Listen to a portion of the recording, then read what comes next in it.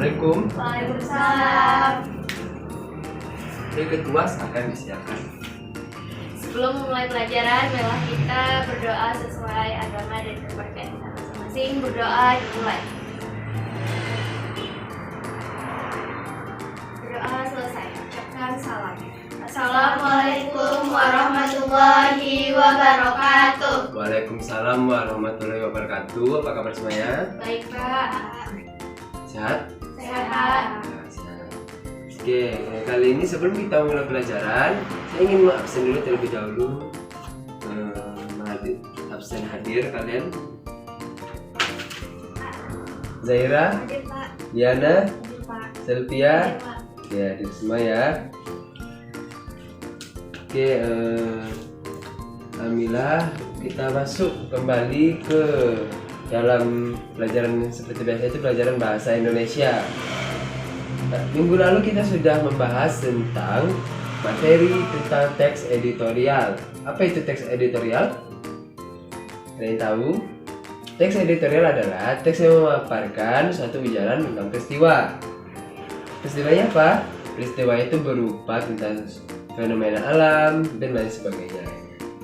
Nah, jadi sekarang kita mulai masuk ke materi baru, yaitu tentang teks Observasi. Tolong semuanya jangan buka bukunya di halaman 65. Teks observasi. Kita sudah masuk ke bab 5.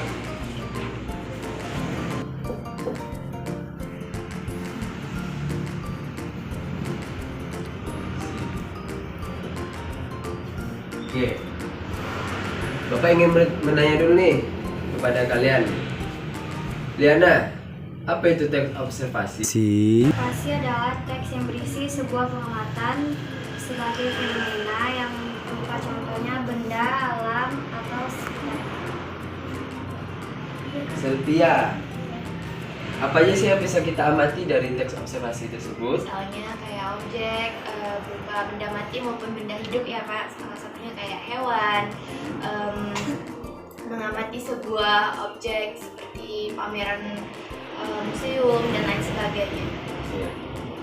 Jadi kita ulang lagi, teks observasi tentang suatu penjelasan atau laporan berdasarkan hasil pengamatan yang dilakukan oleh suatu pengamat. Fadila, mohon jangan ribut dulu, Bapak sedang menjelaskan. Tolong diam dulu sebentar. Oke, ciri-cirinya yaitu yang pertama ada faktual, yang kedua ada objektif, dan yang terakhir yaitu sistematis. Bisa diulang kembali? Oke, bisa diulang kembali. Apa aja ciri-ciri tadi? Ciri-ciri dari teks observasi tadi? Faktual, objektif, dan sistematis.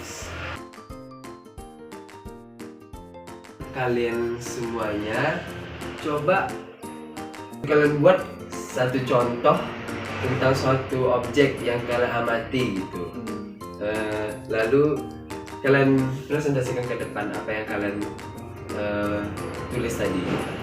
Boleh semuanya langsung dikerjakan sebelum kita masuk ke pembahasan yang lain lagi. Coba kayak objek hewan kayak objek apa kayak mungkin berdasarkan ada tulang. Ya. Kita makannya di kantin belakang aja ya Kak? Iya. Ya itu loh, itu siapa namanya? Ada Sarinya sih, iya kan? Ada sesuatu ya. Itu sih ya Kak? Banyak banget kayaknya hewan aja lah. Bukan? Fadila, Zaira, tolong suaranya dikencangkan, tolong dikerjakan secara diam. Oke. Sudah selesai semuanya? Sudah Pak. Oke, baik. Sekarang Bapak ingin yang maju pertama yaitu Liana. Silakan dipresentasikan hasilnya di objektif. Belum siap Oh, Pak. belum. Lanjut, Selvia, boleh. Boleh, Pak. Silakan. Baiklah, kali ini aku pengen bahas mengenai objek dan analisis dalam seni patung 3 dimensi meliputi bentuk, ukuran, dan bahan. Nah, kalau biasanya dalam segi bentuk itu dia tuh ada ada objek patung dapat berupa manusia, hewan, terus juga tumbuhan. Nah, kalau misalnya bentuk dasar objek patung itu seperti kubus, terus juga dia seperti balok. Makanya kita tuh beda ya dapat dari patung 3 dimensi itu kan dalam pameran banyak ya bentuknya gitu. Terus ada tabung, kerucut dan lain-lain deh. Nah, terus dalam bentuk ukuran, kalau patung dalam memiliki bentuk panjang, lebar dan tinggi. Nah, terus dia kalau 3 dimensi itu kan dia memiliki volume atau kedalaman.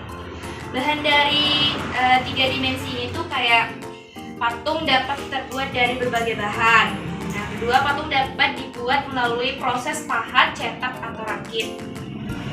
Ciri khas patung dapat dilihat dari berbagai arah. Patung termasuk dalam karya seni rupa 3 dimensi. Mungkin sekian aja Pak presentasinya.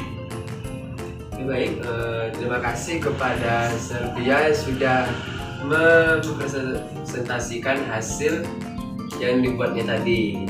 Oke, terima kasih tadi kepada Selvia sudah mempresentasikan hasil yang telah ditulisnya tadi tentang sebuah contoh yang sudah saya berikan tugasnya kepada kalian. Tolong Zaira dan Fadila harap tenang dulu. Ini kalian ngapain sih tadi di belakang? Ha? Kalian sedang apa? Kok ribut aja dari tadi? Nah, silakan diam dulu, jangan banyak-banyak main-main. Oke, Bapak yang akan ulang kembali. Jadi teks observasi tadi adalah tentang teks sebuah objek suatu pengamatan berupa benda, maupun hewan dan lain sebagainya. Apa sih manfaatnya Pak? Manfaatnya di sini adalah kita bisa mempunyai wawasan yang lebih luas lagi, kita lebih bisa mengetahui tentang apa yang kita objek tadi gitu, apa yang kita amati tadi. Yang tidak kita ketahui, akhirnya kita menjadi tahu gitu. Fungsinya tadi itu adalah sebagai menyampaikan informasi secara jelas, akurat dan terperinci. Contohnya tadi sudah ada tadi yang sudah kalian buat, itu contohnya bisa hewan, tumbuhan, dan lain sebagainya.